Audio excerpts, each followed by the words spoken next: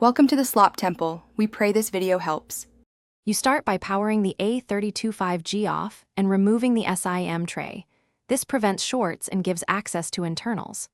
Once done, apply even heat to the screen edge to soften adhesive, then use a thin pick to lift the glass slightly.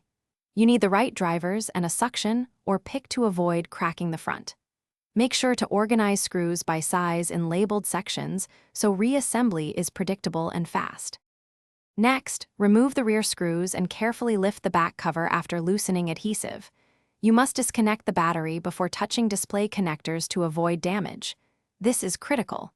Use a spudger to release the display and digitizer cables gently, then unsnap the brackets holding them. Once free, lift out the old screen assembly and clean the frame of adhesive residue so the new panel sits flush and bonds evenly. A clean surface ensures touch accuracy and reduces future lifting.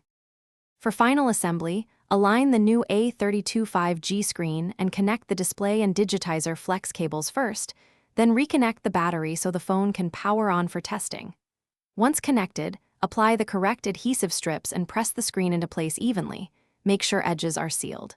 Power the phone and test touch, display, front camera, proximity, and fingerprint if present. If touch fails, recheck connectors and adhesive seating. Thanks for watching. Consider subscribing if we helped you.